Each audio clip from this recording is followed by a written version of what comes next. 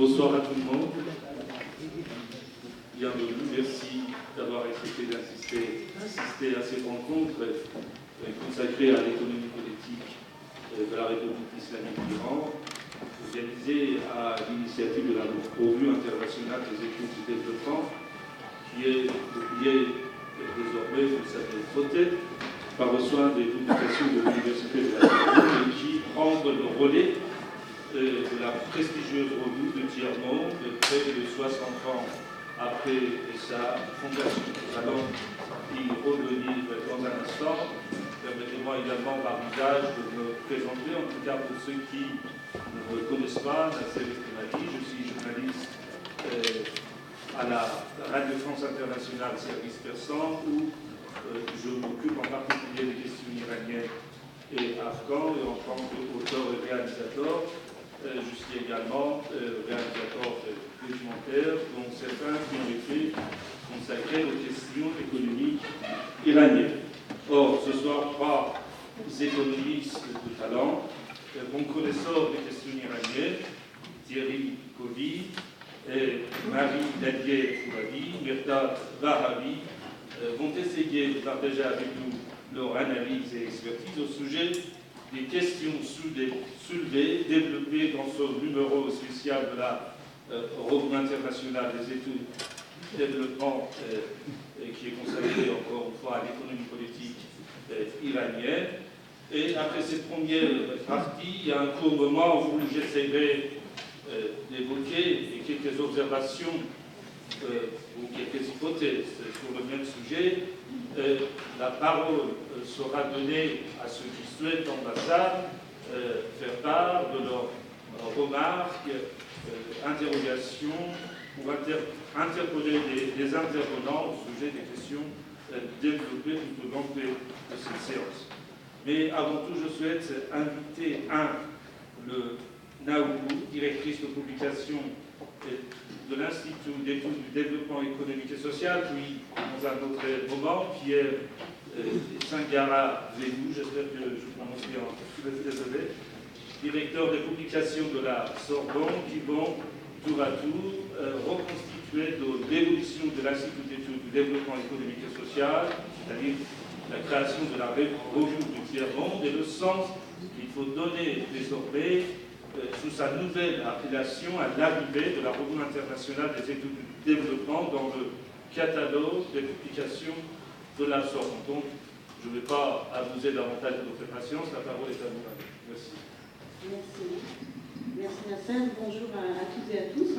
Donc, je ne vais pas parler très longtemps, je voudrais juste introduire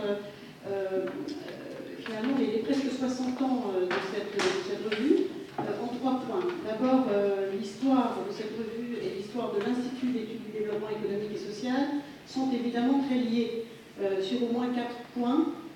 Tous les deux sont fondés dans un contexte particulier, les années 60, accélération d'histoire, trajectoire de pays alors dénommés en développement, puis émergents et d'autres pays ensuite, des basculements idéologiques à étudier, fondés également les deux par des universitaires engagés sur des causes et des mouvements d'idées progressistes, convaincus de l'importance de prise de conscience nécessaire sur les problèmes rencontrés par la mondialisation.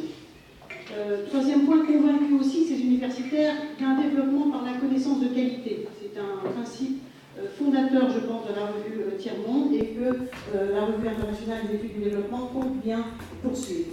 Et enfin, ces universitaires et ces fondateurs déterminés à diffuser ce savoir qui aide à comprendre au sens premier du terme, prendre ensemble, pour éclairer l'action dans toutes ses déclinaisons, coopération scientifique, coopération politique, coopération technique et économique, mais également culturelle. En un deuxième point, 60 ans ont passé, presque 60 ans ont passé. La revue trimestrielle a maintes fois changé d'atour, de couverture, de maquette, pour la première fois de nom, sans céder sur le fond, sans céder en restant fidèle à son histoire, à ses principes fondateurs et à une ligne éditoriale que je voudrais aussi simplifier en 5 points, ligne qui fait que cette revue est connue, reconnue, classée, et nous comptons bien poursuivre là encore cet héritage et le porter haut. Premier point, une revue qui mobilise différentes disciplines, les sciences humaines bien sûr, mais aussi les sciences dures, quand c'est nécessaire, pour des questions heuristiques, c'est très important. Préconisant, dès que cela s'y prête, une visée disais, comparatiste, international, privilégiant des travaux documentés, fondés sur des données empiriques avec des méthodologies énoncées qui peuvent être discutées scientifiquement, ayant vocation à s'adresser à tous les publics, académiques bien sûr, mais professionnels, dès lors que la curiosité, l'ouverture, le désir de connaître sont au rendez-vous. Et enfin, préconisant, comme le souhaitait, que je souligne, Nasser, une approche très large du développement. Non pas le développement comme ingénierie normative et institutionnelle, mais un processus pluridimensionnel de transformation du monde, avec toutes ses dimensions économiques, sociales bien entendu, mais aussi politiques, culturelles, religieuses, idéologiques. Enfin, sur un troisième point, cette année 2017, la revue inaugure, avec ce numéro, son nouveau nom, Revue internationale des études du développement, plus en phase avec son temps, plus en phase aussi avec son contenu, et un nouvel éditeur, désormais public, prestigieux, affichant l'ambition de notre université à asseoir un rôle de diffusion d'une pensée libre, plurielle, complexe quand il le faut, ouverte à l'international. Et pour cela, avec un sujet, l'Iran, qui est trop souvent resté dans l'angle mort des analyses académiques. Nous avons fait un petit remember pour voir un peu si nous avions traité ce pays dans les 60 ans passés. 2 articles seulement ont pu être trouvés et c'est dramatiquement évidemment insuffisant. Voilà, je remercie Mehrdad Vahabi et Thierry Colville d'avoir su mener dans des délais extrêmement serrés, je le souligne, et compatibles avec les échéances de modernisation de la revue, ce numéro. Je remercie également les équipes des publications de la Sorbonne que nous apprenons à connaître et que nous avons rejoints, son directeur également pour sa confiance, et enfin les équipes de la revue, Agnès Brûlé qui est dans la salle, Mathilde Nicoli, Marie Bardin qui est restée à Nogent, Carlos qui est également à nos côtés. Voilà, cette aventure éditoriale, elle est expérimentée par ses 60 ans, presque 60 ans d'expérience, et pourtant toujours fragile. Elle a besoin de soutien. Le numéro discuté ensemble ce soir est en vente au fond de la salle. Et mieux encore, si vous le souhaitez, souscrire un abonnement sera bien entendu pour nous extrêmement précieux. Merci beaucoup et je donne la parole à Pierre.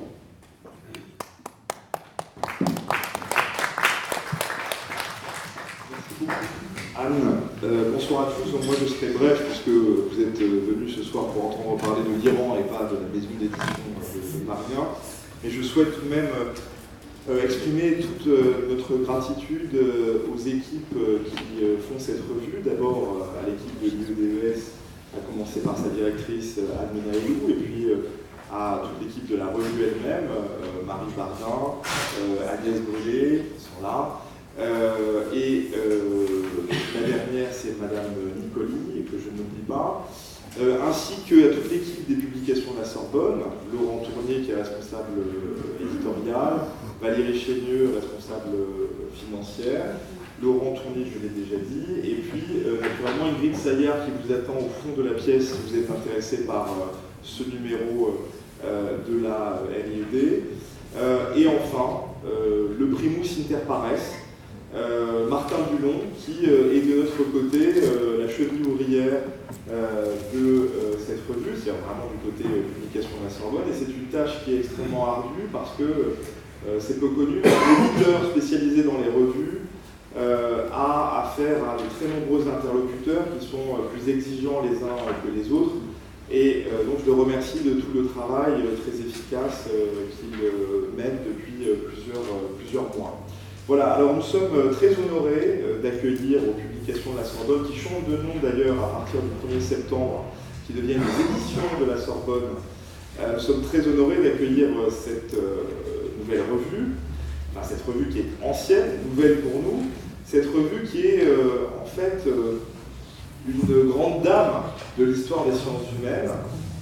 Tu l'as dit, Anne, elle a été fondée en 1960, et moi ça me rappelle ma jeunesse, si je puis dire, puisque je n'étais pas né en 1960, mais j'ai étudié en thèse ce qu'on appelait les sciences coloniales, et j'ai croisé à cette occasion la revue Tiers-Monde, puisque c'était son nom auparavant, puisque dans les années 1940-1970, eh bien, des disciplines dites coloniales se sont transformées pour partie en sciences du développement, et la revue Tiers-Monde a joué un rôle déterminant dans cette transformation, sous la houlette notamment de François Pérou, économiste très important, qui a enseigné dans notre université. Voilà. Alors nous sommes particulièrement fiers d'accueillir cette revue, même si évidemment nous avons déjà une expertise dans le domaine, puisque les publications de la Sorbonne possèdent un portefeuille de revues, avec notamment la revue Société et Représentation, qui est une revue d'histoire culturelle, la revue Socio-Anthropologie, ou encore la revue d'Histoire des sciences humaines, on en parlait tout à l'heure. Mais nous sommes particulièrement fiers d'accueillir cette grande revue qui correspond au fond au projet intellectuel, je crois, à la fois sans doute de notre université, Paris I Panthéon-Sorbonne, et puis des publications de la Sorbonne en particulier, puisque tu l'as déjà évoqué, elle a deux caractéristiques. Elle est pluridisciplinaire et elle est internationale. Alors la pluridisciplinarité nous est chère aux publications, puisque nous publions des travaux dans l'ensemble des disciplines qui sont représentées à Paris I, des sciences humaines et des sciences sociales, mais aussi des sciences juridiques, économiques et politiques. Et nous essayons de promouvoir les échanges, transferts, interactions disciplinaires. Alors comme en témoigne la RIED, bien sûr, mais aussi nos parutions, y compris les plus récentes. Nous venons de publier un ouvrage qui s'intitule Humanité environnementale et qui tente de réunir des spécialistes de différentes disciplines pour penser ce sujet, ce nouveau sujet si important pour nous. Et puis, tu l'as dit, c'est une revue qui est par définition, par essence, par nature, de par ses origines internationales, voire transnationales. Et c'est évidemment pour nous aussi quelque chose de très important, rendre visibles les travaux de notre université, aussi des collègues qui travaillent dans les universités francophones en Europe et dans le monde. Nous y travaillons au sein des publications en publiant des traductions de grands classiques des sciences humaines et des sciences sociales en langue française, en essayant de promouvoir des coéditions avec des maisons d'édition étrangères, et notamment des maisons d'édition maghrébines ou arabes, par exemple au Liban, mais aussi en Amérique du Nord. Voilà, donc ces deux caractéristiques nous semblent très importantes, et c'est pourquoi nous allons tâcher de soutenir de la meilleure des façons cette grande revue dans les années à venir. Merci à tous. Merci beaucoup Anne, merci beaucoup Pierre pour ces explications et éclaircissements. En fait, c'est un événement doublement important. D'une part, c'est un événement important que cette revue est publiée désormais par le soin de publication de la Sorbonne. C'est aussi, à ma connaissance, on va y revenir peut-être dans un instant, c'est la première fois qu'il y a un numéro spécial sur l'économie politique d'Iran. Donc, chers amis, n'oubliez pas de l'acheter. Sachez également que l'intégralité de cette rencontre sera diffusée. Je parle de la vidéo de cette rencontre sur le site d'internet de l'Institut d'études du développement. N'oubliez pas d'essayer d'en faire écho autour de vous et surtout l'abonnement qui a un grand soutien pour cette prestigieuse revue qui se consacre à l'échelle internationale aux grandes questions économiques et sociales. Comme je disais il y a un instant, ce soir, Marie Ladier-Fouladi, directrice de recherche au CNRS, rattachée à l'école de Rozetou dans sciences sociales, Thierry Covy, enseignant-chercheur en économie à Novantia Business School et Institut de Relations internationales et stratégie, et enfin Mirdad Varabi, économiste et maître de conférence à l'Université de Paris 8, directeur de recherche et membre du comité éditorial de la revue Tiers-Monde, vont nous éclairer sur les thèmes et questions évoqués dans ce numéro spécial consacré à l'économie politique de la République islamique d'Iran. Mirdad Varabi, qui va prendre dans un instant la parole, comme vous le savez, est auteur de plusieurs dizaines d'articles et de livres en français et en anglais sur les questions économiques, sans oublier évidemment d'innombrables articles, d'essais et de réflexions qu'il n'a pas cessé écrit en persan durant ces 4 dernières décennies. Par l'économie de temps, je mentionne seulement son dernier livre, très novateur, écrit en anglais, sous le titre de The Political Economy of Predation, et publié par la Cambridge University Press. Puisque tu as dirigé en fait ce numéro spécial Mirdad avec Thierry, j'aimerais en fait te poser la question Donc pourquoi cette initiative? Qu'est-ce qui a motivé ce travail, comme je disais il y a un instant, sans précédent? Avec plaisir, Nasser. Avant tout, je tiens à remercier cette revue pour avoir accordé un numéro spécial à l'économie politique d'Iran. Il faut dire que la revue Tiers-Monde, désormais rebaptisée comme le développement, les revues internationales des études de développement, ce titre correspond et il est complètement en adéquation avec ce qu'on a fait dans ce numéro. Il est vraiment une revue internationale dans le sens où les contributeurs à ce numéro viennent de 3 parties du monde, des États-Unis. Nous avons 3 en fait collègues économistes et sociologues.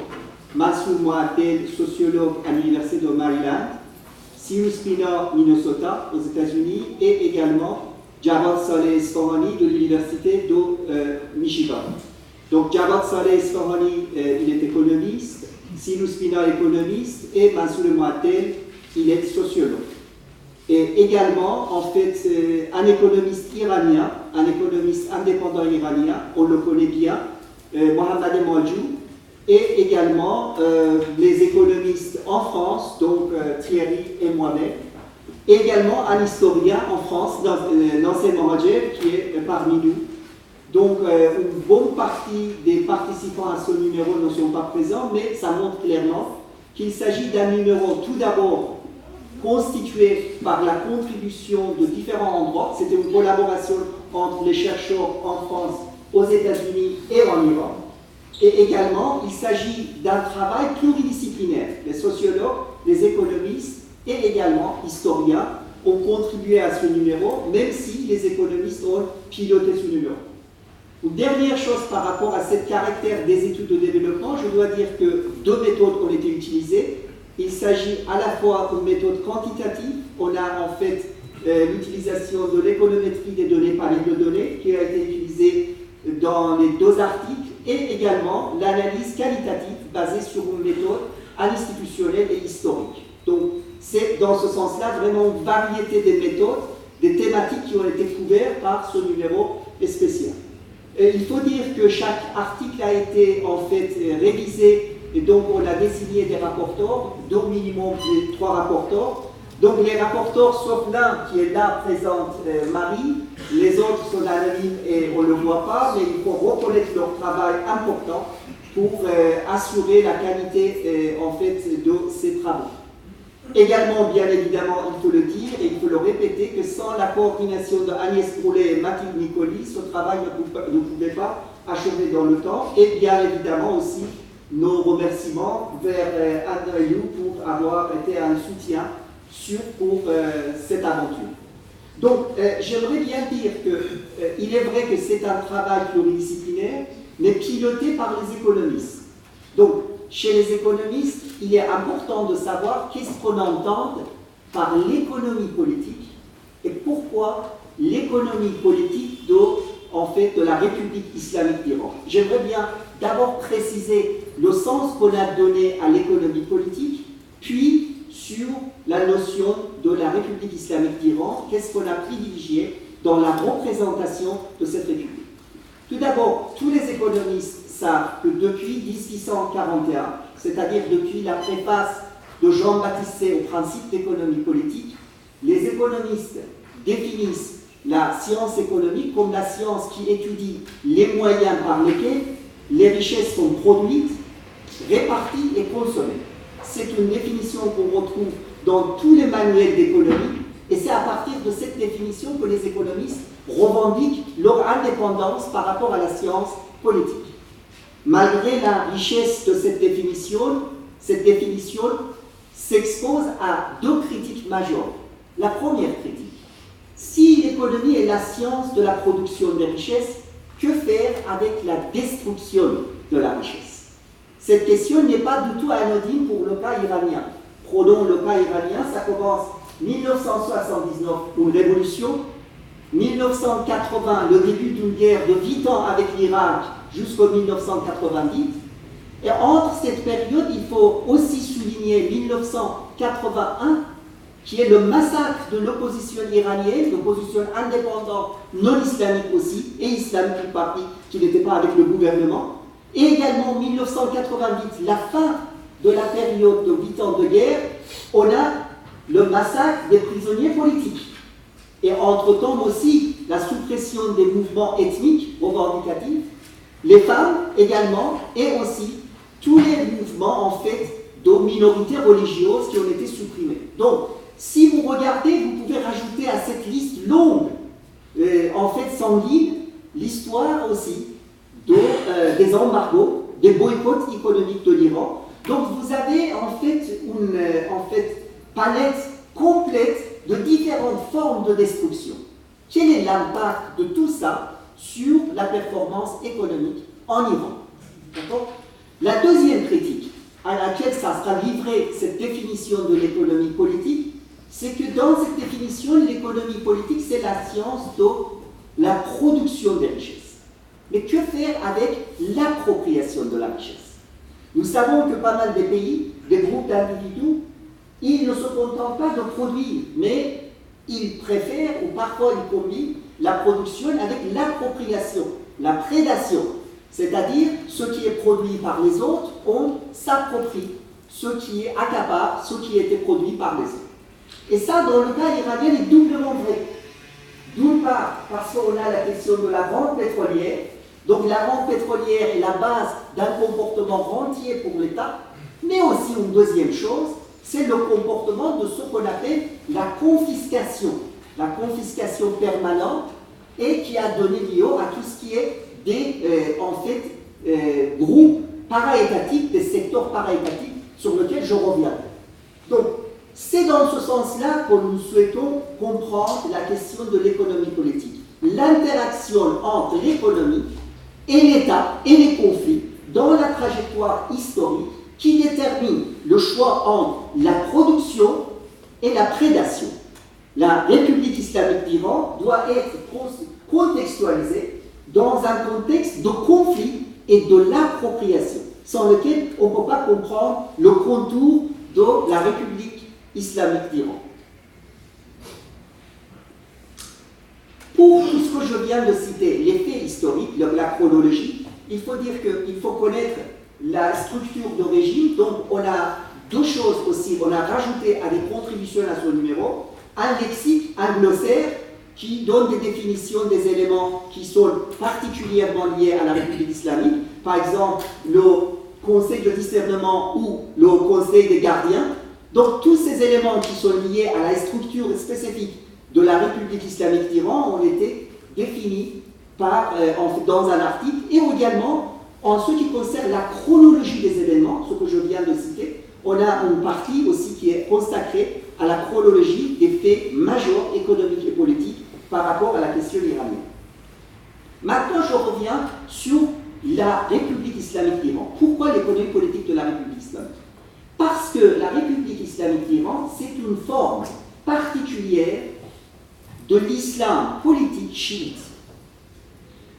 Cette thématique a été étudiée, l'impact de l'islam politique, il a été étudié sur le plan politique. Quel est le lien, par exemple, avec la démocratie? La question des droits de l'homme, surtout dans quelle mesure cet islam politique pouvait ou ne pouvait pas être réconcilié avec la démocratie ou avec la liberté individuelle et les droits de l'homme. La violence, la torture, la prison. On a également étudié la question de l'islam politique par rapport à la société civile, à la question de la modernisation. Mais rarement, la question de l'islam politique a été étudiée du point de vue de l'économie ou performance économique. Certains peuvent dire « Ah, c'est pas tout à fait vrai, parce qu'on a pas mal de travaux sur la banque islamique, le système bancaire ou la finance islamique. On a aussi des travaux sur les corporations, par exemple, les lois sur les corporations et pourquoi les lois islamiques ne correspondent pas à la corporation moderne, et ainsi de suite. Encore une fois, ces travaux, il s'agit de l'islam. Ça n'a rien à voir avec l'islam politique, surtout l'islam politique chiite. Ce qu'on démontre dans ce travail est la chose suivante. L'islam politique chiite provoque deux choses importantes. Il provoque l'indétermination des droits de propriété et donc un régime confiscatoire. Un régime confiscatoire qui se concrétise par un système para-étatique, qu'on va entrer dans les détails, surtout ce qu'on appelle les fondations religieuses et militaires. Et ces fondations deviennent une source de reproduction d'un régime confiscatoire qui maintient et qui reproduit cette indétermination des droits de propriété. Si on définit les droits de l'homme non seulement en termes des droits individuels, mais aussi les droits de propriété, l'islam politique n'a pas été étudié du fait qu'il transgresse, qu'il viole ces droits de propriété. Donc, comment et quelles sont les bases de ce qu'on appelle la République islamique d'Iran et cet islam politique? J'aimerais bien dire que les bases peuvent être résumées en gros en 5 points. Je vais citer ces 5 points. Bien évidemment, Thierry va approfondir ces 5 points à travers les articles qui ont été consacrés. Donc, les 5 points qui sont les plus importants, les 5 points qui sont les plus importants dans cette logique sont les suivants. Tout d'abord, nous avons l'islam politique chiite qui donne lieu aux institutions parallèles. Ça, c'est le premier élément qu'il faut souligner. L'islam politique chiite, c'est un régime théocratique qui, d'une part, provoque la désinstitutionnalisation de l'État formel et d'autre part, crée un État informel au-dessous de la loi et de tous les organismes étatiques. Donc, l'islam politique est avant tout la création des institutions parallèles. En Iran, on a 2 institutions pour n'importe quelle institution sociale, économique, politique, militaire. Donc vous avez l'armée officielle, mais vous avez aussi les gardiens de la révolution. Vous avez la présidence, mais aussi vous avez le guide suprême qui décide au-delà du président et qui contrôle ses décisions, à la fois pour tout ce qui concerne la politique étrangère, mais aussi la politique de la sécurité nationale. Idem pour tout ce qui est l'activité économique. Donc la première chose qu'on a, c'est l'existence d'une force au-delà de l'État, qui n'est pas contrôlée par la loi. Le guide suprême ou le pouvoir de jurisconsulte se définit par la question d'inconditionnalité. C'est-à-dire, c'est au fond le guide suprême qui décide. Vous me dites, mais quand même, il y a l'islam. La réponse est que non. Même l'islam ne doit pas être considéré comme une contrainte, une restriction à la décision prise par le guide suprême. Ça, c'est dit parce que les intérêts politiques de l'État doivent être considérés comme supérieurs aux intérêts de l'islam. Deuxième élément, et c'est à partir de là qu'on commence les choses. Deuxième élément, c'est confiscation, une politique de confiscation et création des secteurs para-étatiques. La confiscation a commencé par la Révolution en 1979, avec la confiscation des biens et des actifs de 53 industriels et le régime de charte. Ces biens confisqués ont été délégués à qui? Au guide suprême. Sous quelles conditions? Ces biens ne sont pas gérés par l'État. Ils sont en dehors de l'État. Ils ne sont pas contrôlés par la hiérarchie religieuse non plus. Parce que c'est uniquement l'imam au pouvoir qui peut le gérer. Donc, il est indépendant à la fois de l'État et de la hiérarchie religieuse. Et cette force-là, qui est au-delà de toutes les lois, c'est considéré comme un système parallèle à l'État. Il n'est pas privé, parce qu'il bénéficie de toutes les subventions de l'État, toutes les exonérations. Il n'est pas, d'autre part, étatique, parce qu'il ne rend pas compte au Parlement. Donc, vous avez une instance qui n'est pas ni surveillée par l'État, ni considérée comme privée. Ils sont le privilège en tout. ces sociétés, en fait, la première, c'est Bolia de Mostazafan, par le religieux, la fondation des déshérités. Mais ça ne se limite pas en 1979. On a une deuxième vague de confiscation en 1988-89, juste après la fin de la guerre, qui est le CETA. CETA, c'est aussi gérer les biens abandonnés. L'idée était, tous ceux qui pendant la guerre sont laissés, les actifs, doivent être gérés par l'État. On a créé le CETA. Et enfin, on a soi-disant la privatisation qui a commencé à partir de 2006. Et la privatisation consistait à transférer les actifs des secteurs publics vers les secteurs para-étatiques. C'est-à-dire, cette fois-ci, les pensarons, l'armée révolutionnaire, soi-disant l'armée révolutionnaire, qui a créé une fondation économique. Donc, l'Iran, essentiellement, est géré par 3 types de fondations. Première fondation religieuse, c'est Bolia, depuis 1979. Deuxième, c'est CETA, à partir de la fin de la guerre 1989. Et troisième type de secteur, c'est Khatam. Qarargah et Khatam, c'est la fondation économique de Sebar et Pastaran, des gardiens de la Révolution. Ce système para-étatique, c'est le nom de système qui fait que le régime de la République islamique d'Iran, c'est un régime confiscatoire. Et la détermination des droits de propriété sont reproduits pour cette raison-là. C'est le deuxième élément. Le troisième élément que je voulais insister dessous, c'est l'importance des inégalités sociales en Iran. La fraternité, la société fraternelle qui avait été promise au départ n'a jamais été réalisée.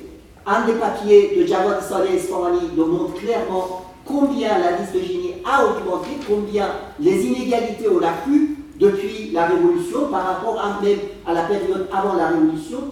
Et enfin, il faut insister sur la résistance de la société civile. Bien évidemment, lorsque je parle de la résistance de la société civile, on a focalisé sur les ouvriers, mais il faut parler aussi des femmes, des mouvements des femmes, il faut parler des jeunes, des étudiants, qui sont en fait une sorte de résistance, créer des organisations non étatiques, indépendantes de l'État. Et toute l'histoire de la République islamique, c'est d'exproprier la société civile des organismes indépendants. Donc, si je vous résume, ce sont les 5 points. L'islam, politique chiite, création des institutions parallèles, le premier élément.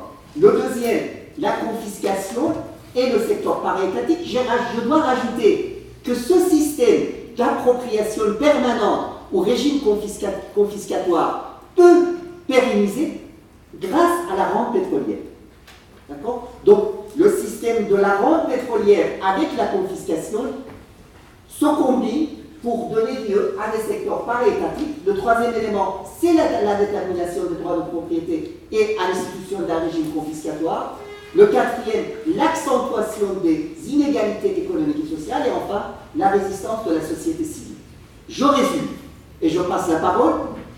Ce qu'on voit avec l'islam politique, c'est que le grand problème pour la performance économique iranienne, c'est le blocage de l'islam politique. On parle de réformabilité de l'islam politique. Peut-être en politique, je ne suis pas spécialiste en politique, que nous pouvons envisager une réforme quelconque dans l'islam politique, de l'adoucir, de le changer de leur nature. Mais une chose, en tant qu'économiste, je dois dire, impossible, il est impossible de réformer l'islam politique sur le plan économique. Si vous voulez réformer l'islam politique sur le plan économique, il faut supprimer tous les organismes para-étatiques, Bolia, CETA, Khatam. Et il faut clarifier les droits de propriété en Iran. Merci. Merci beaucoup. J'espère que cet exposé riche et très condensé. Je sais que le temps nous manque et vous aller davantage, mais je pense qu'on aura en deuxième moment l'occasion d'y revenir à travers les questions que la salle va poser. Je me tourne en fait vers Thierry maintenant, après ces explications au sujet des motivations, des caractéristiques, des études publiées par ce numéro. Est-ce que, à ton avis, co-dirigé également avec Meta ce numéro, on a fait le tour de la question. Bon, c'est vrai, jamais on ne fait jamais le tour de la question. Qu'est-ce qu'on pourrait dire sur le contenu de ce numéro?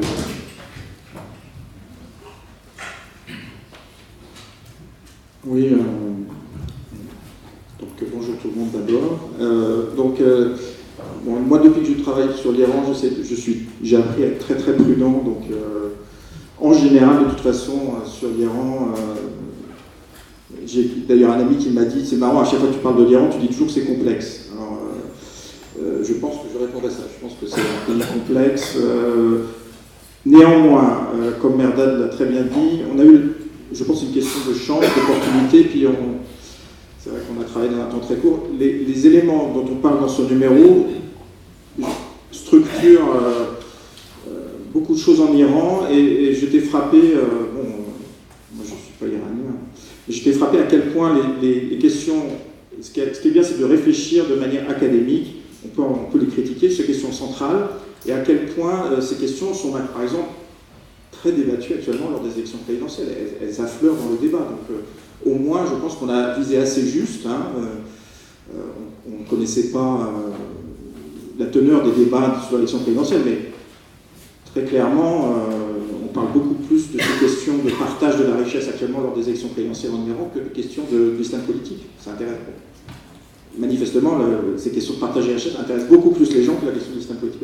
Donc, pour répondre à ta question, je pense que ces questions donc, sur effectivement l'islam politique, la répartition des richesses, le rôle du parapublic, on vient d'en parler, bien ouvertement pendant ces élections, la question du statut des ouvriers, voilà, donc je pense que beaucoup de choses, on ne peut pas parler de tout, mais je pense que ces 4 ou 5 sujets dont on parle, à mon avis, sont très importants, et là au moins, on peut critiquer, mais c'est au moins une vision académique, pas politicienne, qui vise à établir les choses sont compliquées, mais essayer d'avoir un avis un petit peu objectif sur ces questions. Donc, pour répondre à la question, je pense que, je dirais, c'est déjà pas mal. Voilà. Donc, je vais, dans le temps qui m'est imparti, essayer de... Bon, je vous conseille tout d'abord de lire le numéro. Hein. Moi, je ne peux faire qu'imparfaitement retraduire la pensée des auteurs, mais je vais essayer de vous faire des petits résumés pour vous donner envie de lire ce numéro. Donc, effectivement, le premier article... c'est de Mansour Moadel sur la question de l'islam politique, et en tant que sociologue, il pose une question, là en fait on peut dire qu'il est le moins qu'on puisse dire, et je pense également tout ce qui porte sur l'Iran, et je pense que l'intérêt de ce numéro, c'est d'arrêter, moi mon objectif, et je pense que Mehrdad de partage, c'est d'arrêter de laisser l'Iran dans une case comme si c'était un pays spécial. Les questions qui se posent en Iran se posent partout dans le monde, et l'Iran est un pays normal à bien des égards.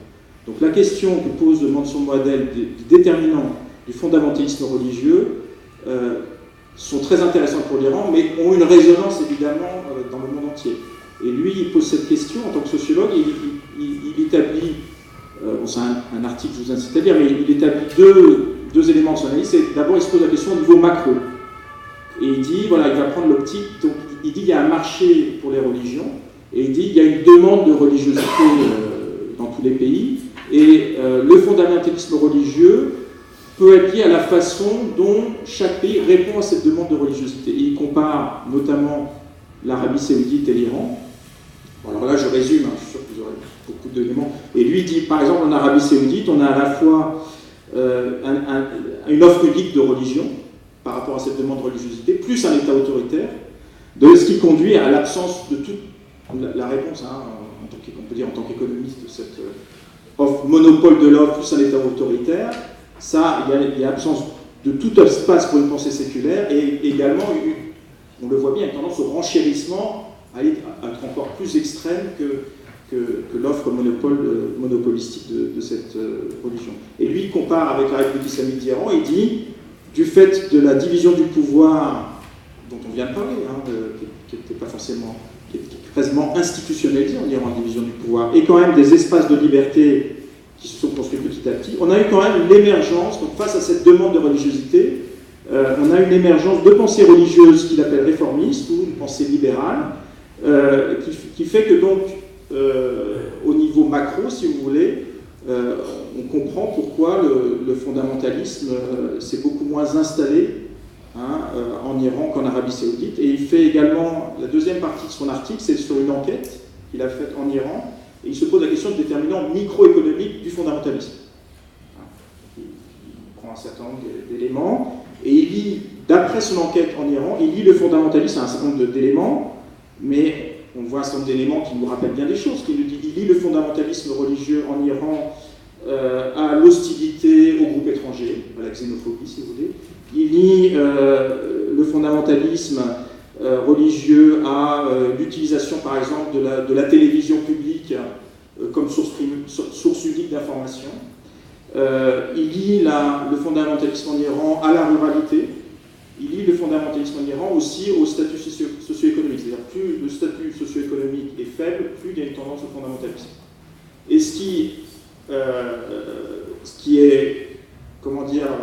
amène à penser, c'est qu'il donne par ailleurs un certain nombre de statistiques qui sont basées sur une enquête mondiale sur, effectivement, je crois que c'est les tendances, le poids de l'extrémisme religieux, etc. Et si on compare l'Iran par rapport aux autres pays du Moyen-Orient et à l'Afrique du Nord, on voit que la tendance au fondamentalisme religieux en Iran, c'est l'enquête sur les valeurs, value surveys.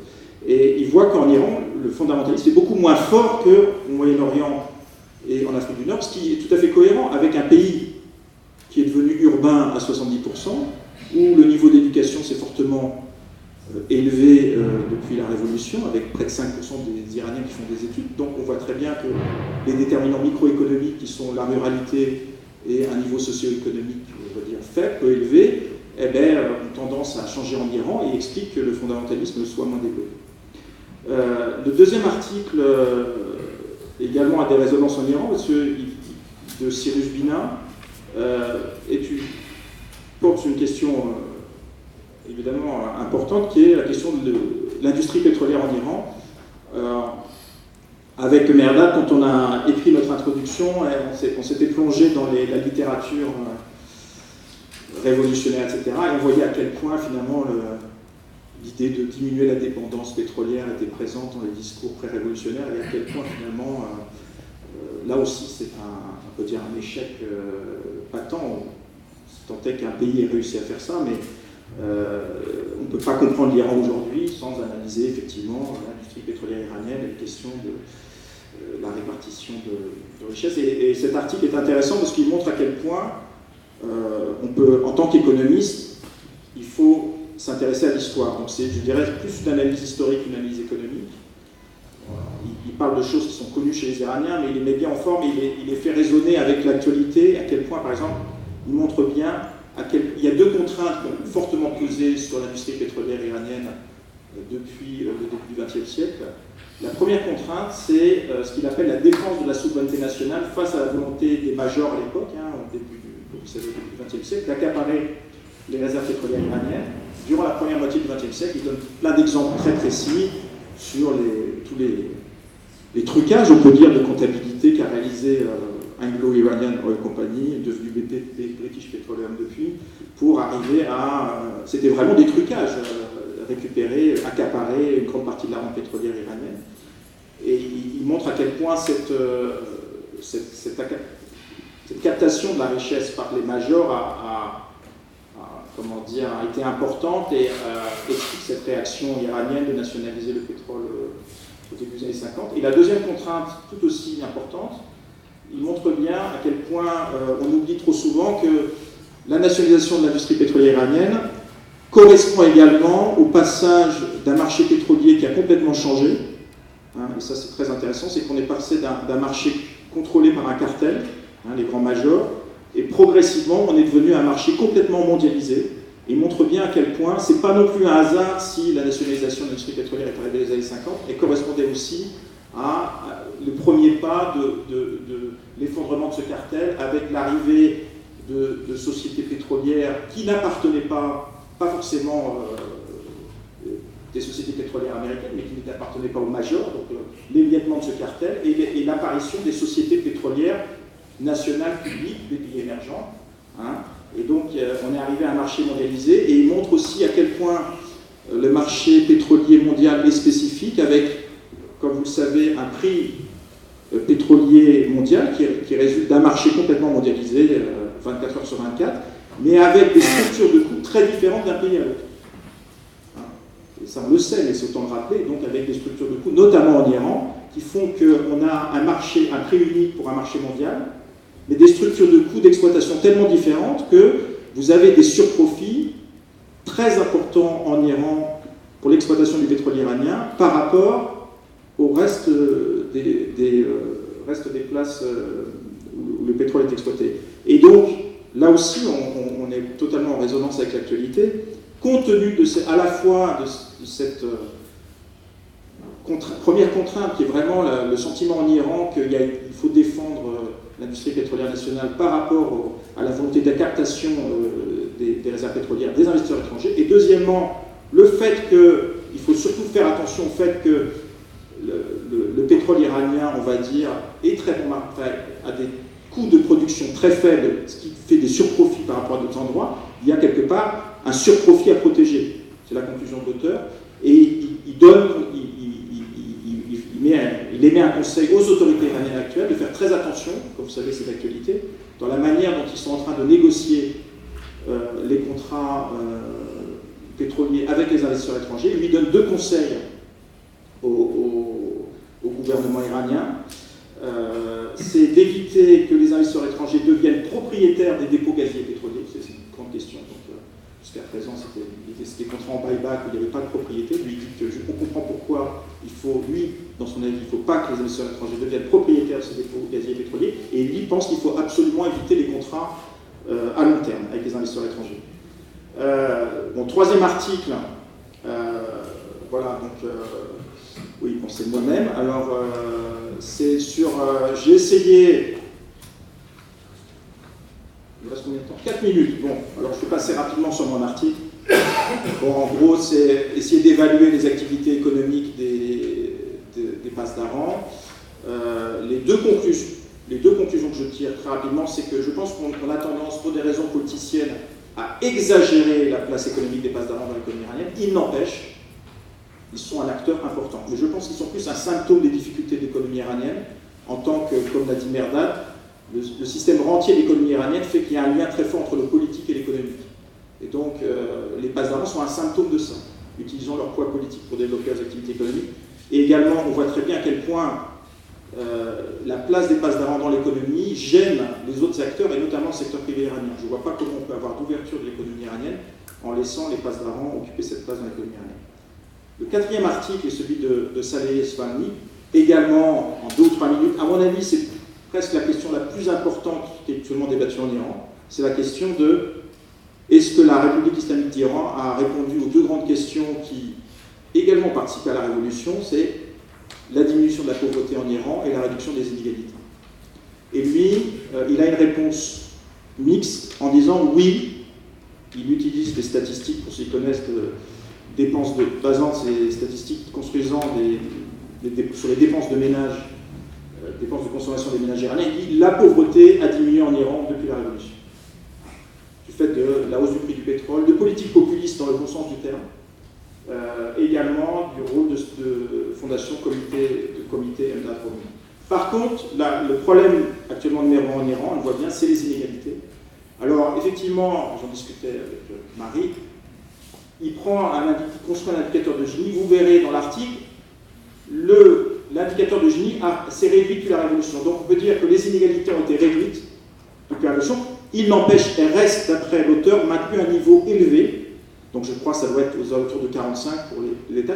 Donc ce qui place quand même l'Iran à un niveau d'inégalité des revenus élevé par rapport aux autres pays de la région, d'après l'auteur.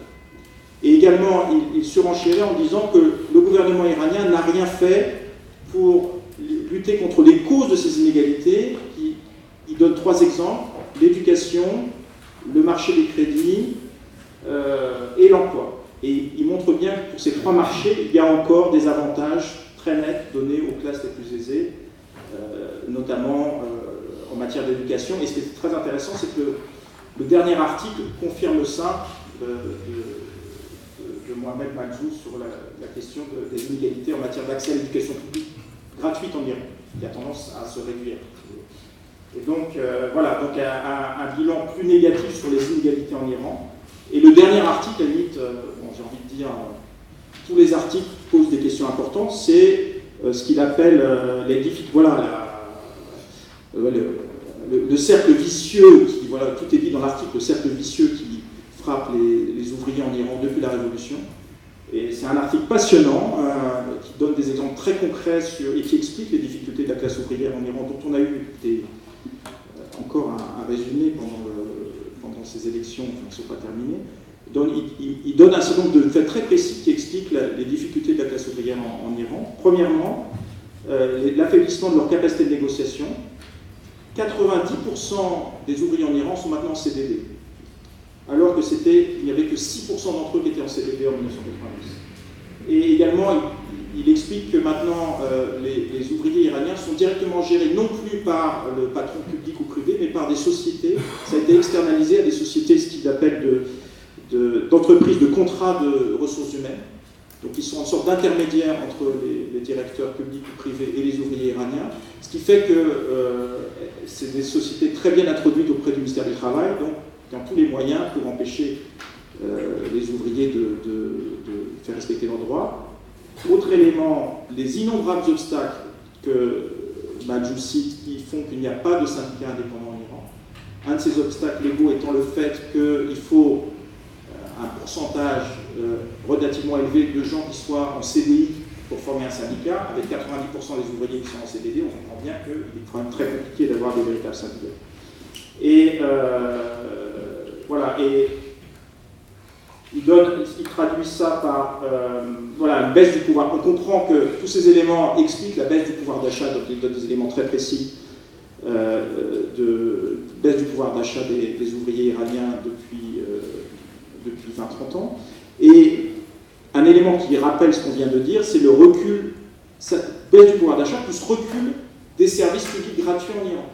Hein, il dit par exemple qu'il y a une forte baisse, je rajoute des chiffres exacts, il y a une forte baisse des étudiants ne payant aucun frais à l'université. Donc en pourcentage, la part de ces étudiants qui ne payent aucun frais à l'université en Iran ont plutôt tendance à diminuer de manière très importante.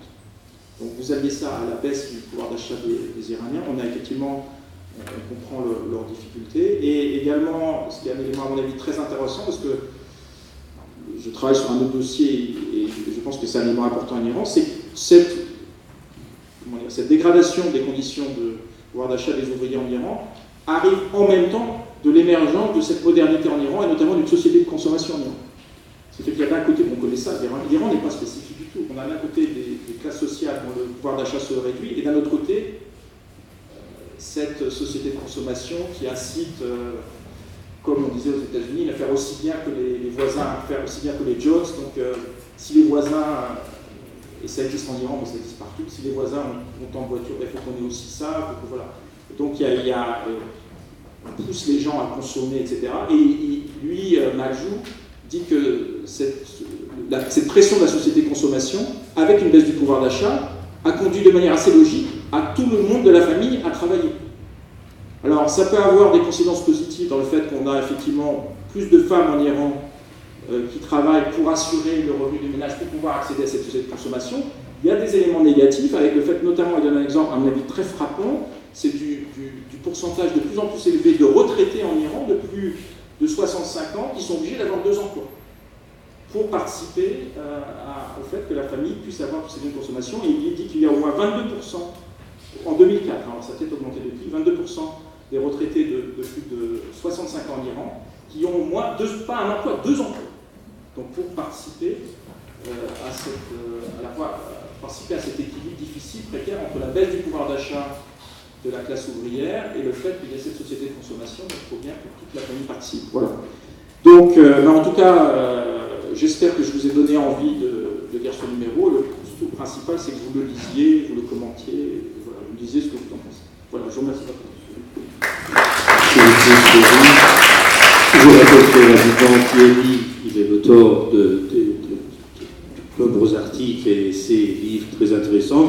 Je profite de l'occasion pour citer ton livre, par exemple, Iran, la révolution invisible, publié en 2007 par La Découverte, et en particulier l'Iran, quelles perspectives économiques et commerciales. Il y a un autre article également qui a été publié par Confluence Méditerranée, consacré à l'économie iranienne, après l'élection de Hassan Rouhani. Je remercie à nouveau Thierry et Melda pour les explications du sujet du contenu et des spécificités de ce numéro spécial. Je me tourne maintenant vers vous, Madame Marie Ladillet-Fouladi.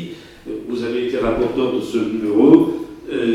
J'aimerais connaître votre regard à ce sujet. Quels sont les moments forts, les points forts de ce revue, et puis les faiblesses, éventuellement.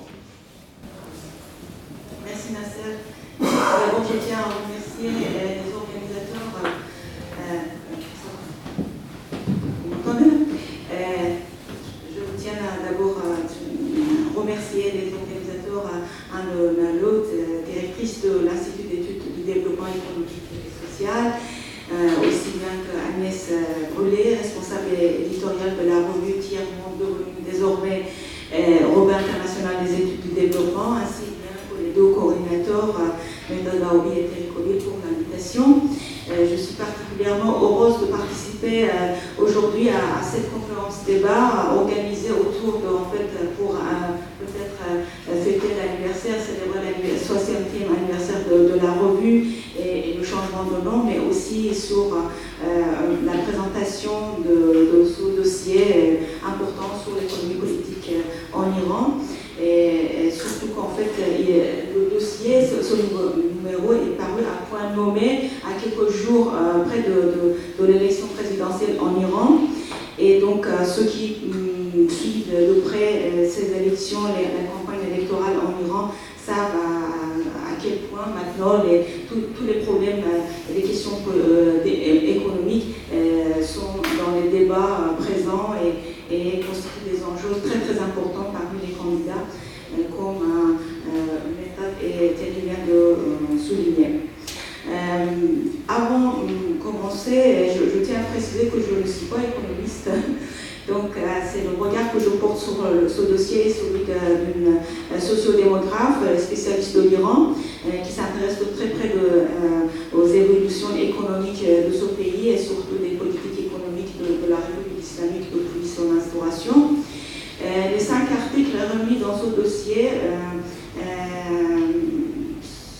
sont précédés par une introduction instructive signée par les deux coordinateurs et suivie par un glossaire et une chronologie rédigée par Nasser Moadjel, apporte un éclairage sur la situation économique iranienne et son mécanisme assez compliqué, en tout cas assez peu connu en France.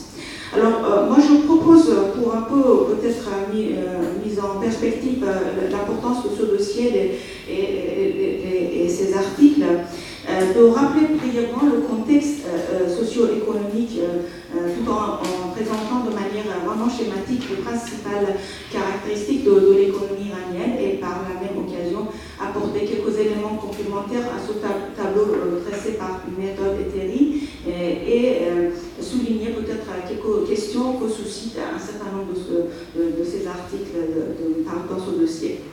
Alors donc, vous avez vu en fait dans la présentation, je vais assez rapidement, la nationalisation de pétrole en 1951 en Iran semblait enfin donner la possibilité à l'Iran, à ce pays, de se doter des ressources essentielles pour engager son développement économique. Mais très rapidement, ce pays bascule dans une économie basée essentiellement sur la rente pétrolière, sur la seule exploitation et exportation du pétrole.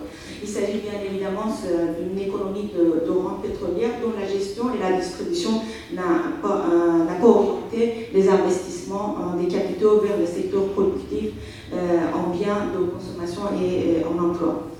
Alors, ce qui a conduit l'État monarchique à élargir les subventions sur tous les produits de services de consommation afin que chaque famille dispose afin que dans chaque famille, le revenu d'une seule personne soit suffisant pour assumer un niveau de vie minimal. En somme, une gestion de la rente pétrolière, cette gestion de la rente pétrolière a empêché le décollage économique de l'Iran. Alors, ce mécanisme a pu fonctionner tant bien que mal jusqu'au début des années 70, mais commençait à devenir des signes de faiblesse au moment où il se verrouillait de l'intérieur, rendant toute réforme et sa réforme impossible. Alors, la croissance importante des cours de pétrole en 1973 a conduit à la hausse des prix des biens importés, et donc à une inflation forte entraînant le pays dans une grave crise économique à partir du milieu des années 70. Cette crise a révélé en fait les difficultés de l'économie iranienne qui devait en outre faire face à une importante pression démographique et à une demande grandissante des besoins sociaux et d'emploi pour les jeunes en corrélation avec l'augmentation du niveau d'études des nouvelles générations. Alors, cette situation, effectivement, coïncide avec les journées révolutionnaires de 1978 et 1979, et avec qui mettent bien en évidence les conséquences désastreuses du choc pétrolier dans les années 70. Après l'instauration de la République islamique en 1979, à ces difficultés structurelles de l'économie vient s'aggraver un régime théocratique islamique dont Bertolt et Thierry ont bien expliqué en fait, les complications qu'a apporté justement ce régime théocratique à ce système économique qui est déjà assez complexe et structurellement peut-être malade. De toute façon, dans les dossiers, aussi bien dans l'introduction que dans l'article de Thierry et aussi dans l'article de Mohamed Moldjou, ces difficultés et le rapport avec justement le régime théocratique islamique sont bien soulignés. Alors, je dois peut-être rappeler qu'au lendemain de la Révolution, les nouveaux dirigeants ont décidé de nationaliser les banques, les compagnies d'assurance, les grandes entreprises ou manufactures industrielles. Et le Conseil de la Révolution a également créé plusieurs fondations, comme Mertot vient d'expliquer. En fait, c'est avec les confiscations des biens de la famille royale et leurs proches et les personnes qui étaient en fuite. Et donc, il y a une création importante des fondations. Et en même temps, aussi, les fondations que l'État s'empare de l'ensemble de ces entreprises et au nom, si vous voulez, de l'idéal de justice et de l'égalitarisme de la tradition musulmane. Et cette idée de la justice que l'islam pourrait rendre à la population a été rappelée dans l'article de Jawad Salehi au début de son article. Alors, pour vous donner une idée, en fait, quelques mois après l'instauration de la République islamique en Iran, 75% de l'appareil industriel était sous le contrôle de l'État et les fondations détenaient une grande partie non négligeable des entreprises et des sociétés parmi les plus productifs du pays.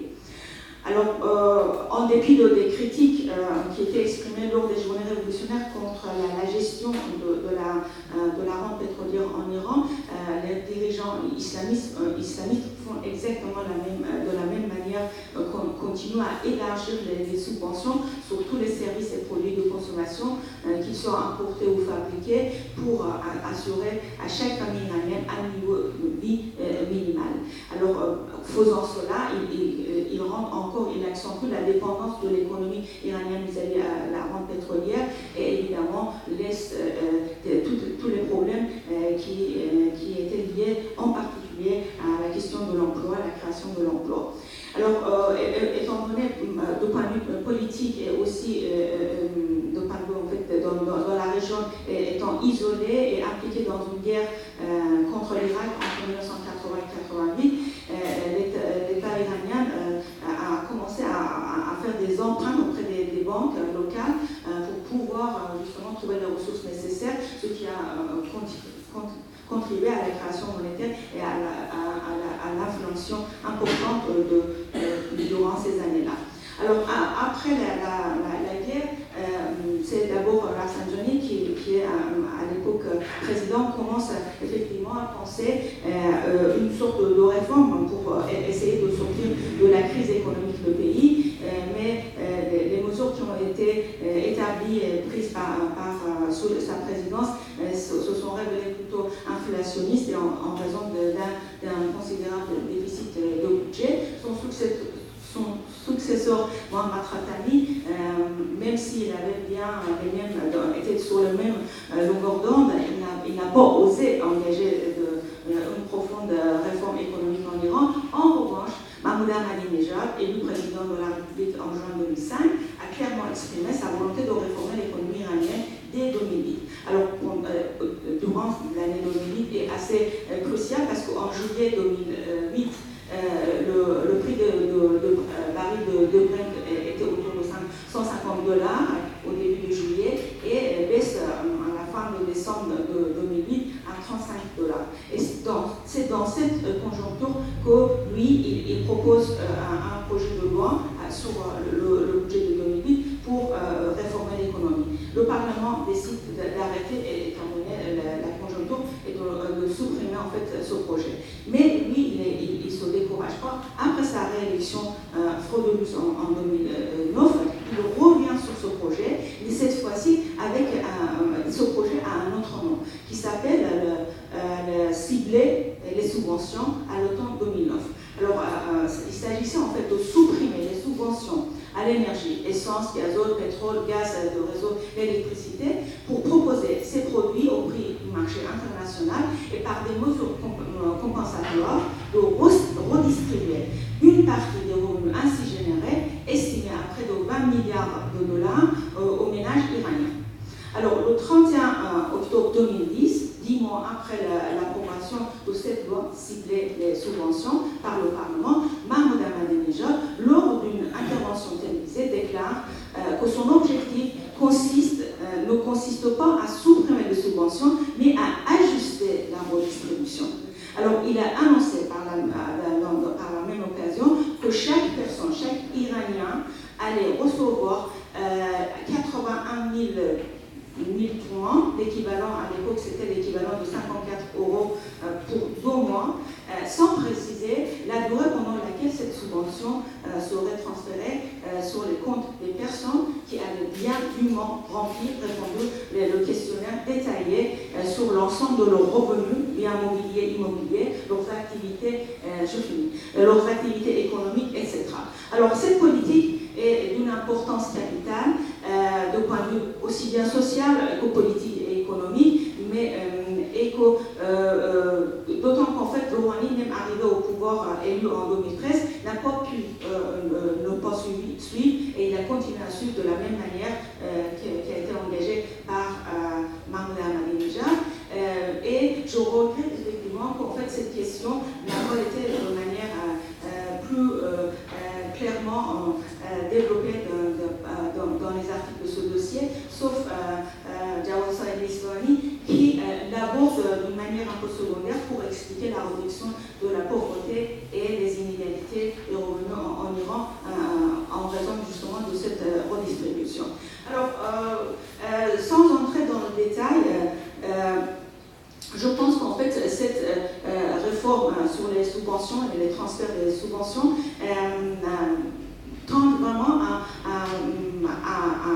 faire d'une majorité des Iraniens des sujets assistés et imaginez en fait pour plusieurs milliers de personnes, centaines de milliers de personnes en Iran qui sont au chômage, ce transfert, cette subvention directe qu'ils reçoivent en fait par le virement bancaire tous les 2 mois constitue une ressource financière salutaire et bien évidemment contribue à améliorer leur niveau de vie et leur pouvoir d'achat.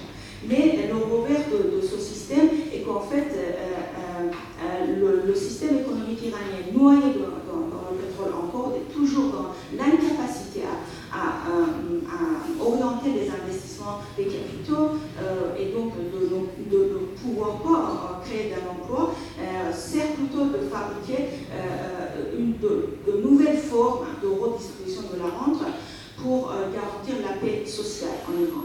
Mais la question qu'on peut se poser, qui rejoint en fait la question que Méthode a présentée sur la question économique et politique économique en Iran, et que jusqu'au quand ce système pourrait répondre. Et là, j'aimerais apporter justement un élément, parce que en fait,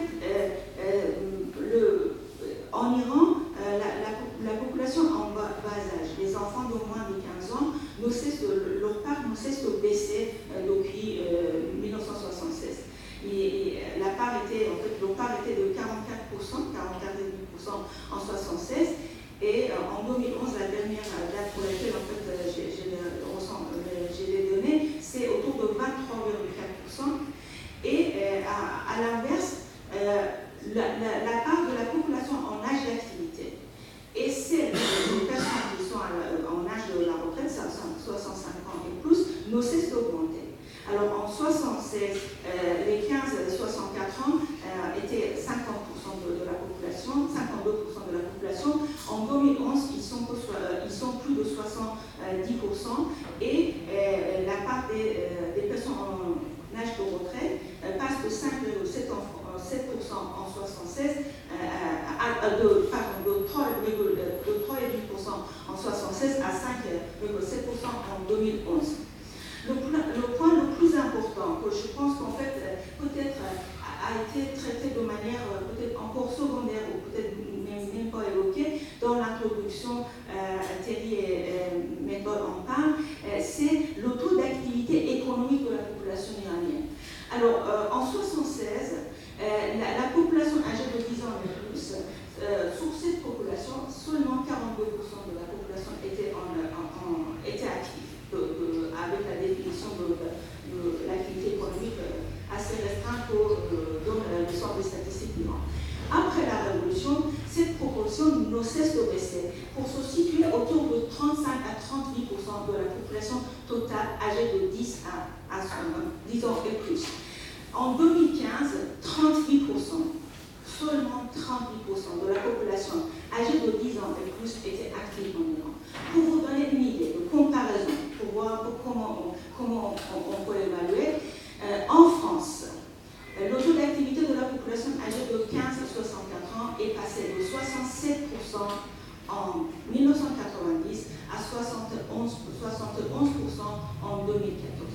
Autrement dit, il y a vraiment un problème économique et social qui ne vont pas tarder à surgir en Iran. Comme témoigne la violence avec laquelle les candidats aux élections présidentielles actuelles sont en train de s'accuser, de mener leur campagne avec énormément de violence. Il y a évidemment une querelle au sein du pouvoir entre, d'une part, le camp qui est plutôt pour la libéralisation de l'économie, représenté par Rouhani, et de l'autre part, le camp si vous voulez, pour aller vite, de Khamenei, qui est plutôt pour conserver l'économie étatique et semi-étatique. Alors donc, moi, j'ai essayé effectivement d'apporter ces éléments pour mettre en lumière l'importance de ce dossier. Les articles abordent chacun un aspect particulier de ce système économique en apportant des informations nécessaires, mais aussi suscitent des interrogations et qui appellent effectivement au débat et discussion. Et si vous permettez, j'aimerais bien peut-être poser 2-3 questions. On peut laisser, si vous voulez, vous répondre ou pas, mais simplement les questions qui m'intéressent, c'est dans l'introduction. En fait, j'aimerais bien dire encore une fois, je ne suis pas économiste, donc vraiment c'est la question que le profane que je suis vous pose. Alors, c'est qu'en fait, dans l'introduction, vous dites qu'en fait, les ressources pétrolières, les ressources de la rente pétrolière en Iran, ne constituent que 55% de recettes budgétaires. Je voudrais savoir quelles sont les ressources financières qui nous permettent en fait, effectivement d'avoir les 45% restants. Dans son article, Thierry, justement, tu l'as dit aussi dans ta présentation, qu'effectivement, il n'y a pas que les passants qui pillent l'économie iranienne, il y a d'autres fondations, d'autres holdings puissants, et tu as évoqué le secteur privé. Je voudrais savoir si éventuellement tu pourrais nous donner plus d'exemples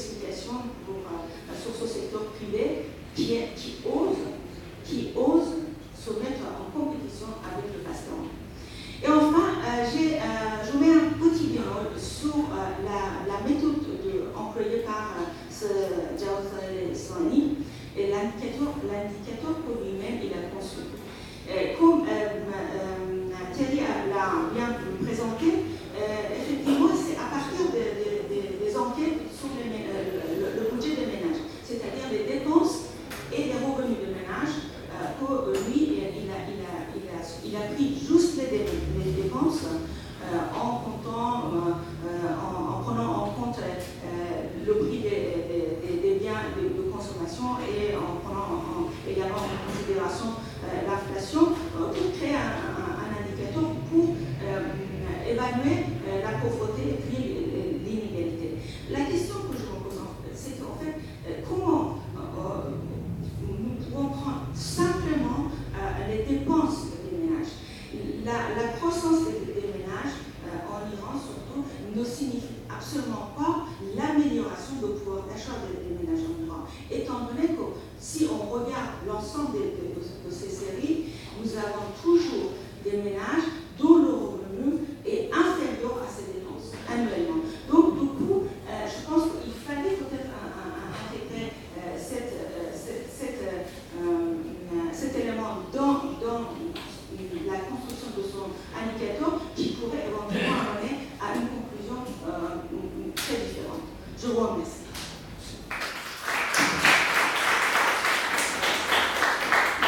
Merci beaucoup, Madame Fouladi, pour ces interrogations et ces remarques intéressantes. Mon ami Agnès Boulet, responsable éditorial de la revue internationale des études du développement, a souhaité, vers la fin plutôt de cette séance, que je fasse une petite intervention sur le rapport entre l'islam politique en Iran et le développement économique. J'ai aucune prétention de répondre à cette question, tout simplement en tant que journaliste, observateur quotidien de la vie économique et sociale et politique de la société iranienne depuis plusieurs années. J'aimerais tout simplement vous soumettre quelques observations et hypothèses à ce sujet. En tout état de cause, l'interrogation me paraît très légitime dès lors que nous pouvons comprendre, entre autres par l'économie politique, l'ensemble de politiques économiques dont l'objectif consisterait, entre autres, à développer une sphère privée d'activité. Holgos disait déjà Aristote bien avant Adam Smith, sans doute de réaliser le bien commun. Je vous demande d'emblée de bien vouloir me pardonner d'avance et si mes propos, faute de temps nécessaire à mon argumentation, vous paraîtront comme une prise de position. Mais après tout, qu'est-ce qu'une argumentation, sinon formuler une thèse, c'est-à-dire finalement prendre une position. Je dirais donc, sans trop tarder, que l'énoncé l'islamisme politique et le développement économique me paraît d'emblée porteur d'ambiguïté, sinon de contradiction. C'est qu'une telle jonction doit supposer, comme le répètent d'ailleurs les dirigeants iraniens, que le gouvernement islamiste, c'est-à-dire la primauté du clergé et de la charia sur l'économie et la politique, et tout ce qui relève de la vie individuelle et collective en Iran aujourd'hui, c'est finalement un projet de société, un modèle de développement à suivre par d'autres nations, et en particulier par les pays dits musulmans.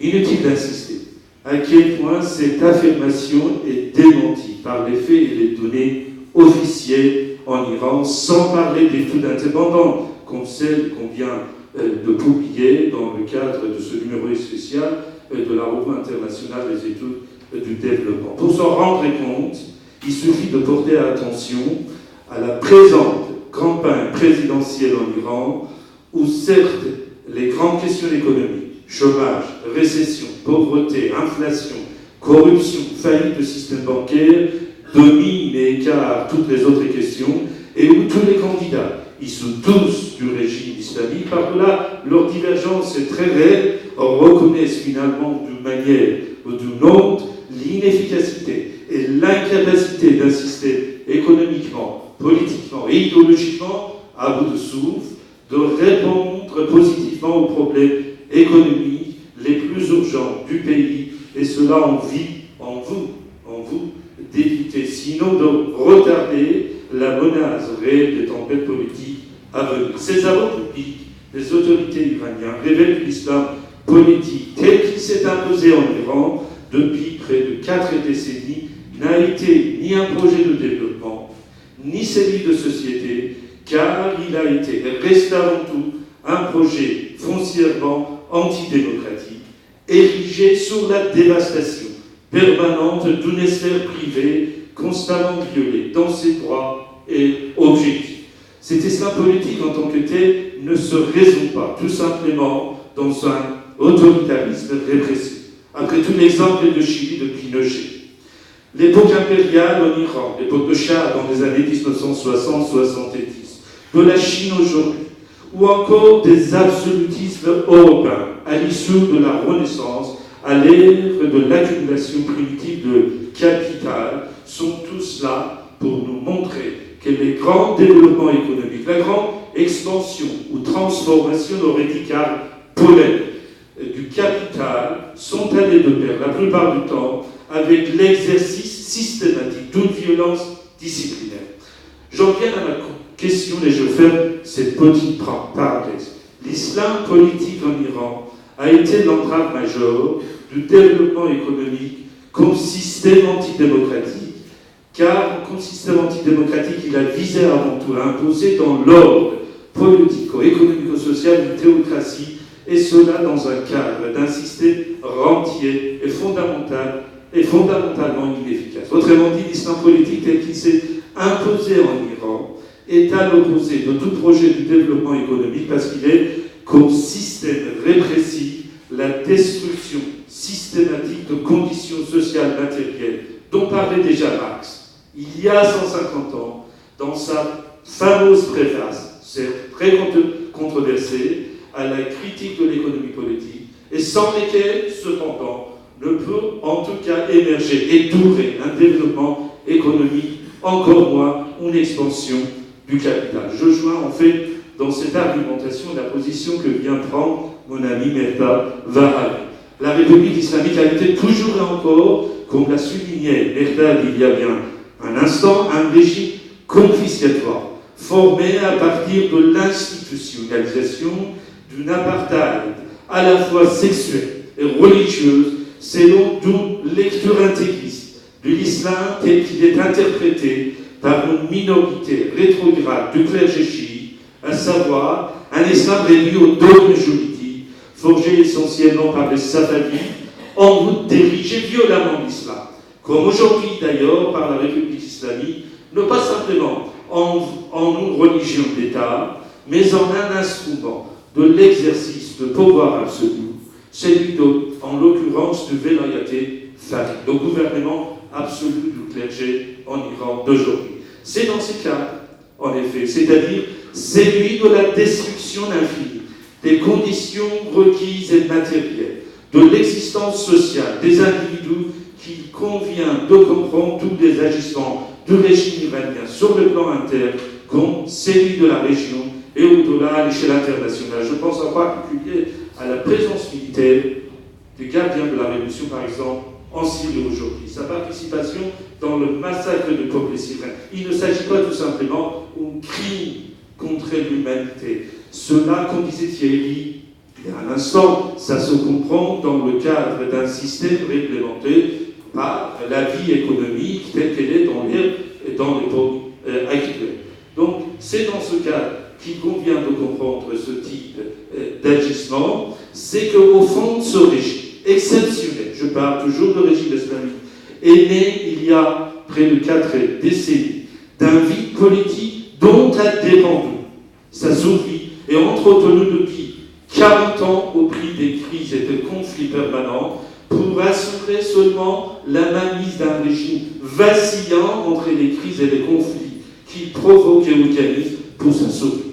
Reste à savoir, et c'est sur cette question que je termine, jusqu'où le régime iranien peut continuer sans risque sur cette pente et quelles en seront les conséquences. Je ne tenterai pas de répondre à ces questions ici et maintenant, cela évidemment nécessiterait d'autres questions. Je dis simplement, aucune amélioration, nulle ouverture dans le paysage économique de la société iranienne ne peut voir le jour sans un véritable changement de structure et de la manière de gouverner le pays, c'est-à-dire tout simplement sans un changement politique majeur. Sur le plan interne, les forces motrices d'un tel changement, comme disait Hegel dans sa fameuse préface à la phénoménologie de l'esprit, sont déjà en or et finiront tôt ou tard par venir à bout du vide politique qui a, durant toutes ces années, été l'énigme de la permanence de ce mode spécifique de destruction des conditions matérielles du développement économique et social en Iran. Je pense en particulier à cette immense masse de déshérités que le régime islamique a engendré, à une classe moyenne quasiment disparue. Je pense en particulier à ces 13 millions d'ouvriers totalement déstructurés sous le poids de la pauvreté absolue et de la répression. Je pense aussi à ce 18 millions de paysans déracinés qui ont fui près de la moitié de villages iraniens à cause de la sécheresse et de la pauvreté et qui peuplent désormais les bidonvilles du pays à une échelle sans précédent et dans des conditions sanitaires innommables. Je pense aussi aux 5 millions de chômeurs diplômés qui seront à l'horizon de 2021 plus de 11 millions dans ce pays. Face aux tempêtes politiques inévitables, à mon sens, à venir, une guerre dévastatrice compte tenu de la situation actuelle de la région et le rôle très dangereux que les gardiens de la révolution et le guide suprême iranien jouent en particulier, la solution pour sauver le régime iranien est à mes yeux la capitulation pure et simple du régime islamique face aux États-Unis d'Amérique, c'est-à-dire au fond face aux capitaux mondialisation.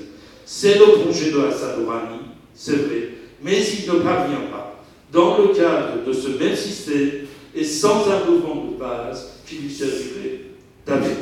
Merci.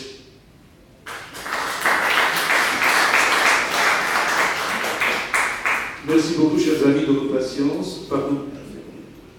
D'accord. Si tu permets, voilà, on arrive à la deuxième temps. Maintenant, la parole, c'est à la salle, à ceux qui souhaitent poser des questions. D'accord. Voilà, je vous prie de bien revoir et d'être assez bref dans vos interventions, dans vos interventions. 2 ou 3 minutes, grand maximum, même si vous souhaitez reprendre dans un autre moment vos questions.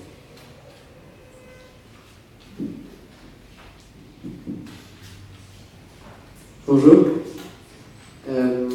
Je voulais vous féliciter pour ce numéro que j'ai vu juste à sa genèse, parce que je travaillais pour la revue et je trouve intéressant méthodologiquement, ce sera plutôt mon propos parce que je ne suis pas du tout un spécialiste des questions iraniennes, mais le parti pris d'avoir des économistes directeurs de ce numéro avec un numéro qui traite de questions qui sont intéressant pour toutes les disciplines des sciences humaines et sociales, notamment ces focus sur ce qui concerne, comme vous disiez tout à l'heure, les déshérités, les plus démunis, donc les questions d'inégalité, de pauvreté, la question de la condition ouvrière et la question des personnes qui ont à subir, qui ont à vivre sous des institutions gouvernantes avec un pouvoir démesuré et des relations de pouvoir déséquilibrées.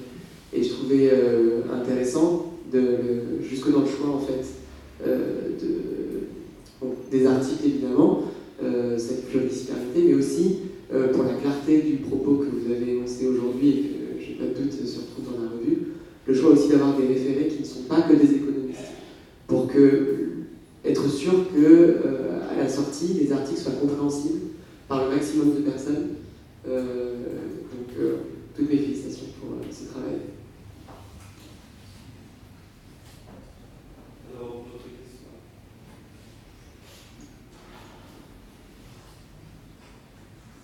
Oui, bonjour, merci pour ce splendide numéro également. J'avais 2 questions d'un ignorant de l'économie politique de la République islamique d'Iran.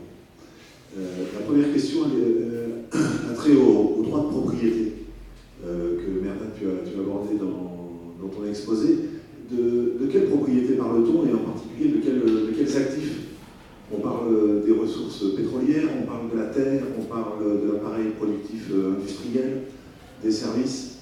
Et comme il a été mentionné que les ruraux étaient parmi la frange de la population la plus fondamentaliste, quels sont leurs droits de propriété sur la terre?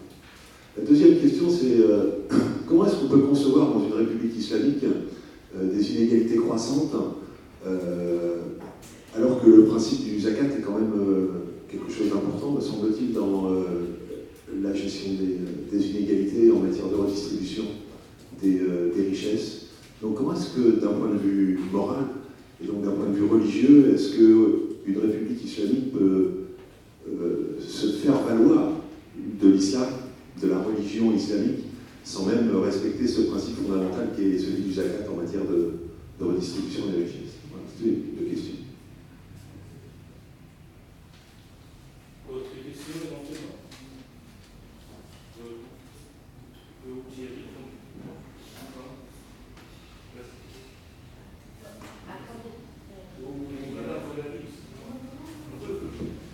Je ne suis pas spécialiste de l'Iran et je veux faire un peu de comparatif.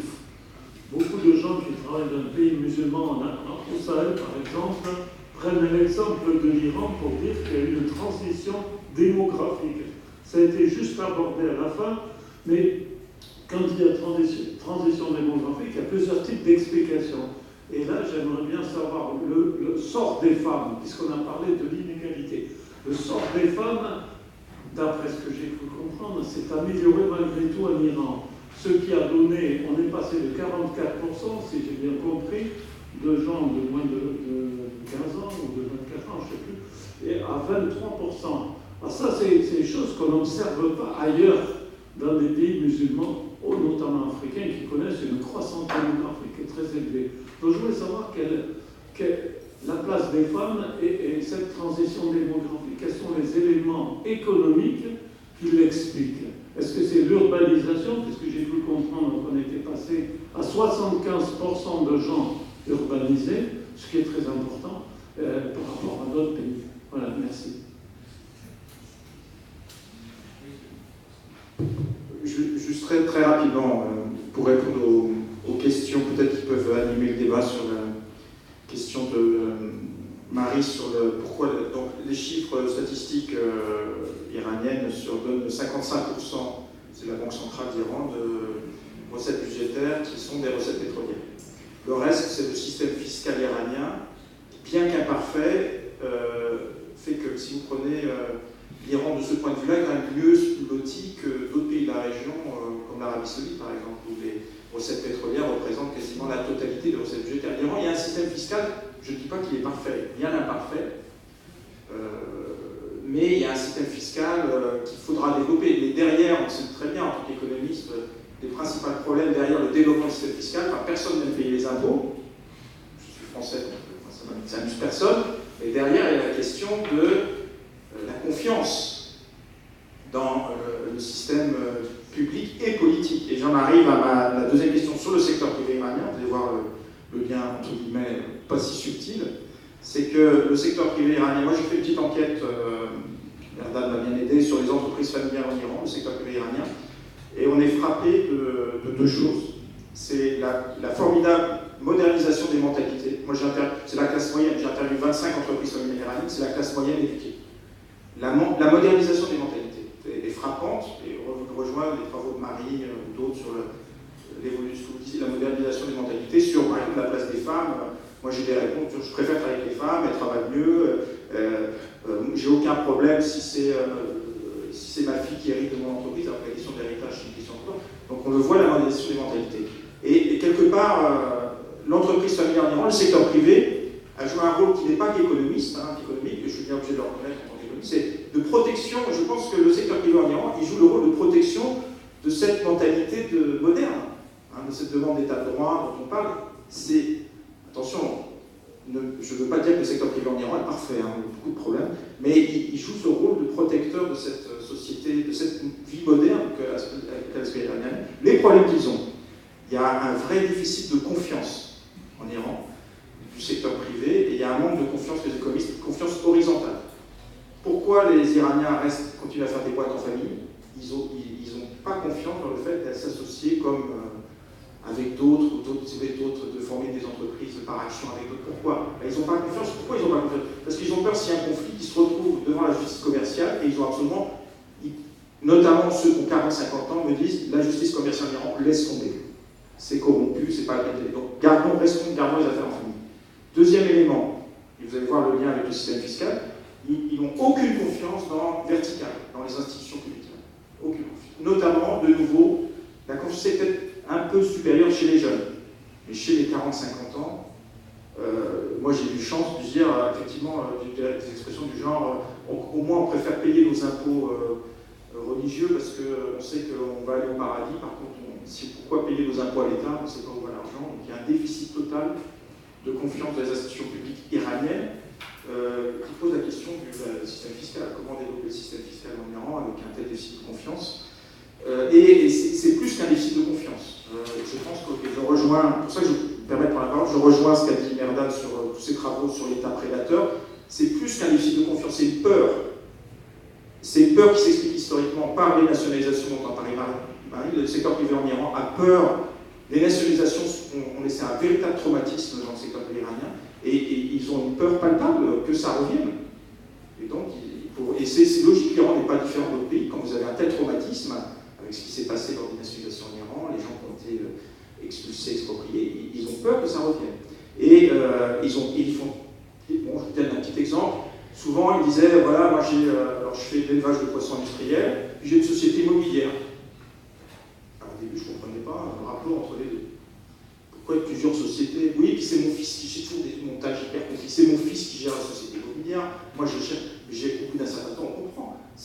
En fait, l'idée, c'est d'être le plus petit possible, d'avoir les activités le plus confuses possible, pour pas que l'État les repère, comme sur un radar, quoi. Donc, pour vivre vos restons cachés, ayant plusieurs activités, donc dès qu'on est menacé dans une activité, on transfère l'argent sur l'autre, etc. Donc il y a une peur de l'État prédateur à laquelle participe cette peur, et qu'on m'a dit plusieurs fois, effectivement, comment le secteur privé iranien ne peut pas être en concurrence loyale avec les passes d'Aran ou les fondations, c'est pas possible. Donc ils sont coincés, donc ça participe à une politique de survie. C'est-à-dire, on mène des activités, on veut rester petit, les autres privés iraniens sont très petites, et puis on mélange l'activité, on ne déclare pas tout, on ne va pas payer les impôts, parce qu'on risque. Le problème derrière les impôts, c'est plus que les impôts, c'est la transparence. Ils l'ont dit clairement, ils disent on ne veut pas donner nos chiffres parce que ça va être utilisé par les autres. Donc il y a l'idée d'une méfiance par rapport aux institutions, donc à quel participe ce système. Donc je pense que derrière et c'est ça qui est peut-être compliqué avec l'Iran, derrière cette question des inégalités, moi, je pense que le problème de la perception aggrave ce système, quelque part, si vous voulez. Je vous confie, voilà, c'est un peu la réflexion que je me fais, c'est-à-dire qu'il y a des inégalités en Iran, mais elles ne sont pas pires qu'ailleurs. Par contre, la perception que le système politico-économique est très inégalitaire renforce cette question. Et on voit bien que c'est pour ça que Ralimov se permet de donner des chiffres complètement abracadabrantesques, genre 4%, 4%. Pourquoi il sait que les Iraniens pensent ça? Donc, ce sentiment d'un système inégalitaire et dangereux et très très profond dans ce système. Donc pour sortir de ce système, on en revient à la question, c'est que c'est pas qu'une question, c'est un peu ce qu'on a essayé de faire avec c'est pas qu'une question de transfert de propriété, il faut y bien un transfert d'actifs. C'est une question comment redonner confiance à des institutions publiques, impartiales, etc. Et c'est ça qui pourrait permettre une vraie privatisation. Et on voit derrière, on va dire que c'est pas gagné, quoi. Bon, excusez-moi d'avoir été un peu long, mais je pensais que ces éléments pouvaient compléter.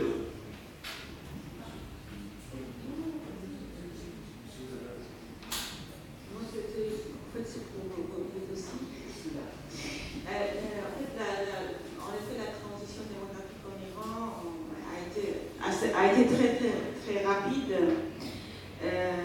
et moi je ne l'explique pas du tout par des facteurs économiques, mais plutôt par l'élan révolutionnaire, cette dynamique sociale a engendré la révolution de 1978-79, à laquelle les jeunes femmes iraniennes ont participé massivement.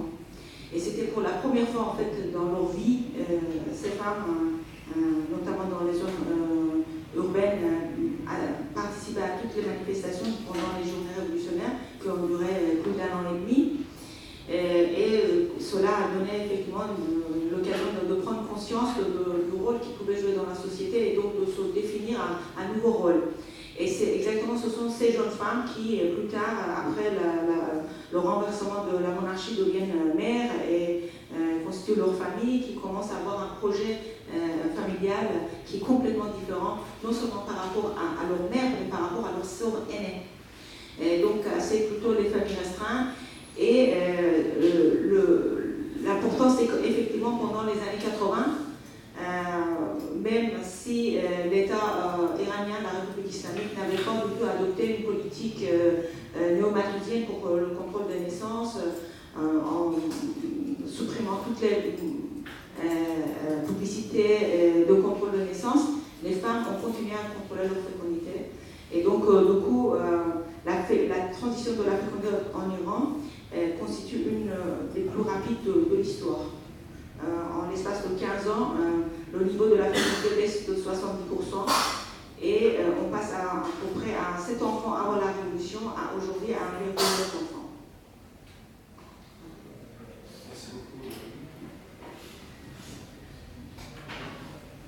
J'aimerais bien revenir sur 2-3 points. L'un, la critique de Marie sur l'article de Jawad Saleh-Esfahani, sur son critère d'inégalité tel qu'il a été conçu par lui. Et deuxième, par rapport au sens de l'indétermination du droit de propriété et comment se fait qu'en fait l'islam, pour un homo religion avec les préceptes égalitaires, dans quelle mesure on peut le contourner ou ignorer complètement, négliger complètement. Mais avant tout, c'est l'occasion vraiment de remercier également Emmanuel Jouet, parce qu'au moment de lancement de cette revue, avant le changement dans la revue, Agnès prend en fait le relais, c'était Emmanuel qui a mis en place la communication par rapport à ce numéro spécial, donc vraiment une grande joie de le voir ici. Donc, pour aller très vite, je pense qu'il y a une limite véritable dans le critère de Jawad Saleh-Esfahani. Il prend en compte uniquement les dépenses et pas les patrimoines. En fait, non seulement la différence entre les dépenses et les revenus, mais en général les patrimoines. À vrai dire, la grande inégalité, et ça, je reviens pourquoi je pense que l'inégalité est vraiment sous-estimée dans ces estimations, encore, même s'il révèle pas mal de choses, c'est que la grande partie des changements, c'est le changement des propriétés en Iran. D'abord parce qu'il y avait la révolution, il y avait un transfert de propriété. Ensuite parce qu'il y a 2 vagues de confiscation. On a 3 vagues de confiscation, et pratiquement toutes les 10 ans. La première vague commence en 1979. La seconde vague, c'est après la fin de la guerre, 1989. La troisième vague de confiscation commence à 2006, qui va aller à 2013. La période de M. Ahmadinejad, c'est une grande période de confiscation. La confiscation, la troisième, c'est le transfert de secteur étatique vers le secteur para-étatique. Et par para-étatique, on entend un secteur dont l'identité institutionnelle n'est pas définie. En d'autres termes, les droits de propriété, usus, fructus, abusus, ne sont pas alloués. En d'autres termes, si vous avez quelque chose comme Bolia, qui le gère? Qui profite de ces revenus? Qui va le vendre? Quel est le mécanisme de transfert des ressources? Tout ça, c'est opaque. Mais on sait que ces institutions, ces organismes para-étatiques qu'on appelle, les bourgeois, donc les fondations religieuses et militaires, ils sont là ils sont exonérés de toutes sortes de recettes fiscales. Ils sont par contre sous-pensionnés par rapport à un taux préférentiel pour la devise due, c'est-à-dire le cours, parce qu'il y en a plusieurs cours pour le dollar, l'uniformisation de dollar extrêmement questionne toujours d'actualité en Iran. Donc vous avez toute une série de crédits préférentiels. Vous êtes exonéré de tout ce système fiscal. On vous demande si ce secteur est rentable ou non. Posez la question. Vous voyez sur le site, sur le rapport rentable, la Fondation économique ne sait pas. Vérifiez quel est le montant de leur patrimoine.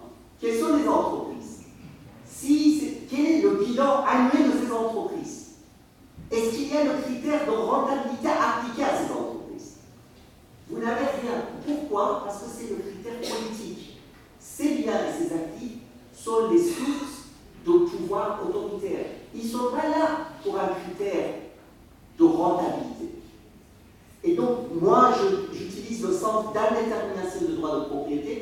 sens de Roland Coase, dans le sens où nous ne pouvons pas définir l'identité de ceux qui sont concernés par les transferts de ces trois droits, usus, absus, totus. À vrai dire, tous ces droits sont concentrés dans la main de ceux qui ont un accès direct aux forces coercitives et à la rente pétrolière. Donc l'économie iranienne se scinde en deux parties. La partie qui possède directement la rente pétrolière, et la rente pétrolière, l'Iran n'est pas nationalisé aujourd'hui. Il est dans un centre privatisé, parce qu'il y a trois forces qui utilisent la rente pétrolière.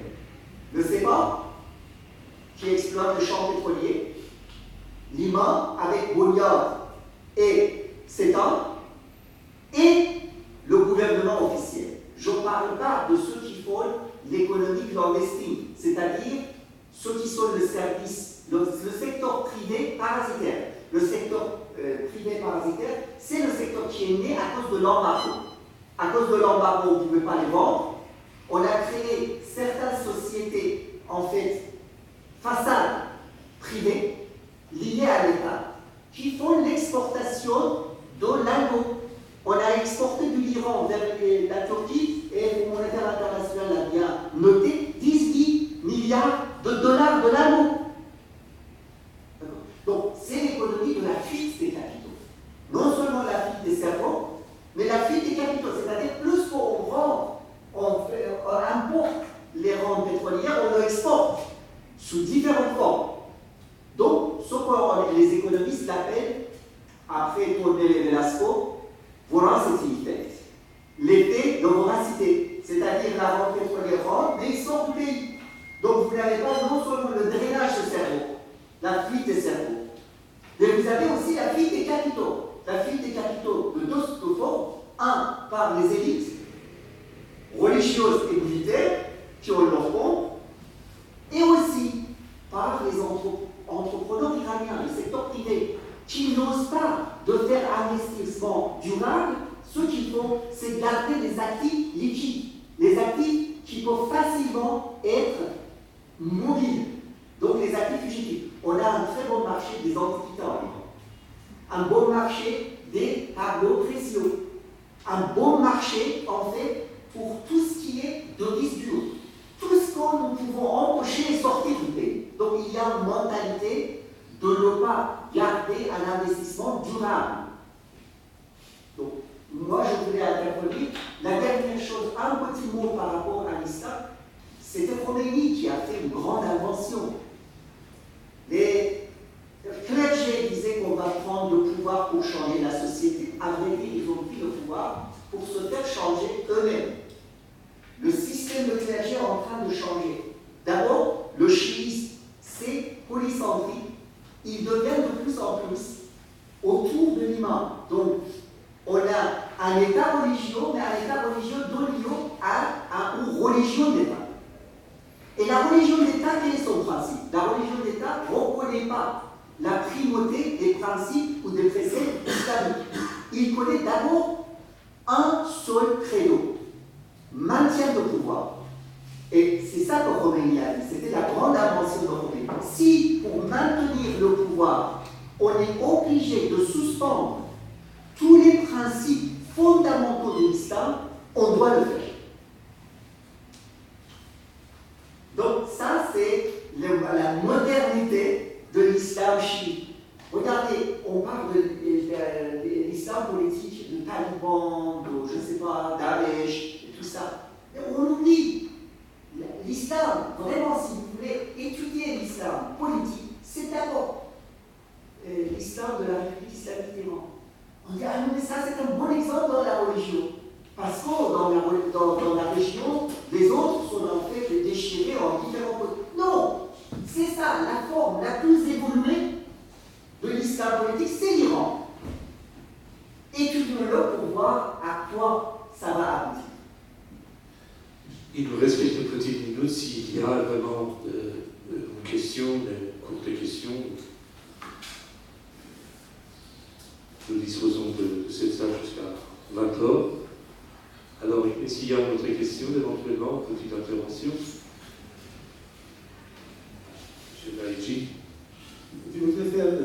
en ce qui concerne le terme de la confiscation. C'est une censure, c'est un châtiment.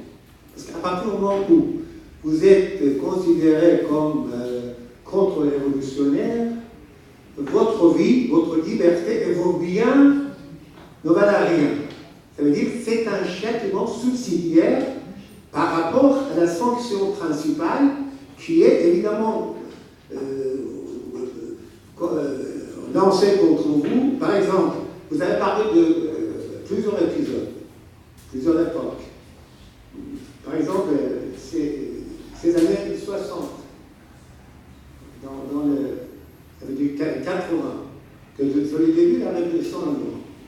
Chaque fois qu'il y a un mandat d'arrêt contre un contre-révolutionnaire, tout de suite, ces affaires sont confisquées. Comment? J'ai appris moi-même, parce que j'étais avocat, j'ai appris moi-même par le notaire et par ma banque dans laquelle mon cabinet avait des comptes. Que avant que je sois non seulement poursuivi, même que je sois au courant qu'un mandat d'arrêt a été lancé contre moi, ils ont averti nos banques pour geler les comptes bancaires et personnels et de l'ensemble de la famille.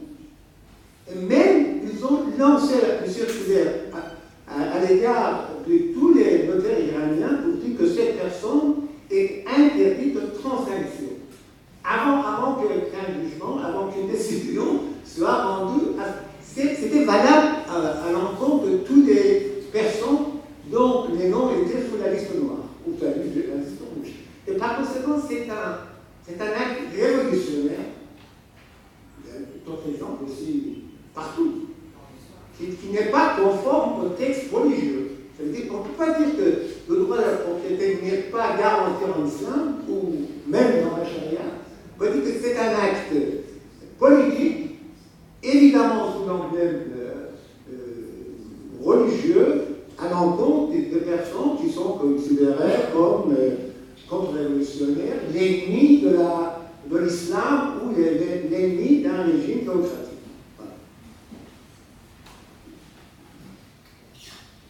Et ce que M. Laïchi vient de dire s'applique également aux minorités religieuses comme les Bahaïs, et ça applique aussi à tous ceux qui sont vraiment considérés comme opposants. Ça peut être des soi-disant en fait les mécroyants ou les athées, les communistes, ça peut être les socialistes, ça peut être les Bahaïs, ça peut être les chrétiens, ça peut être aussi d'autres sectes islamistes qui ne sont pas comme en fait les derviches, qui sont aussi en fait musulmans, mais qui ne sont pas en bon terme avec le gouvernement. Donc le principe de confiscation, qui est effectivement un châtiment, s'applique en fait incontournablement et avec sérieux. Et ça, en fait, moi je vous conseille par rapport à ces éléments, regardez le rapport de Reuters, 11, 12 et 13 novembre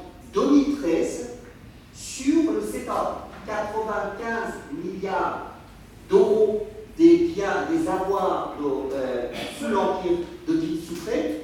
Il donne un détail extrêmement intéressant par rapport à la gestion des biens abandonnés, qui est le principe de CETA. CETA est né en 1989, après la fin de la guerre, sous le prétexte de gérer les biens abandonnés, on a créé CETA. Et ça vous donne toute une série d'exemples de confiscation et en fait de droit de protection. Merci beaucoup, merci beaucoup, M. Laïchi. Donc, voilà, nous arrivons au terme de notre rencontre de ce soir. Je remercie à nouveau tous les intervenants. Je vous remercie également d'avoir voulu participer à cette rencontre et j'espère que tous ces débats vous ont donné surtout envie d'acheter des livres. Ce numéro spécial de la revue internationale des études du développement consacré encore une fois à l'économie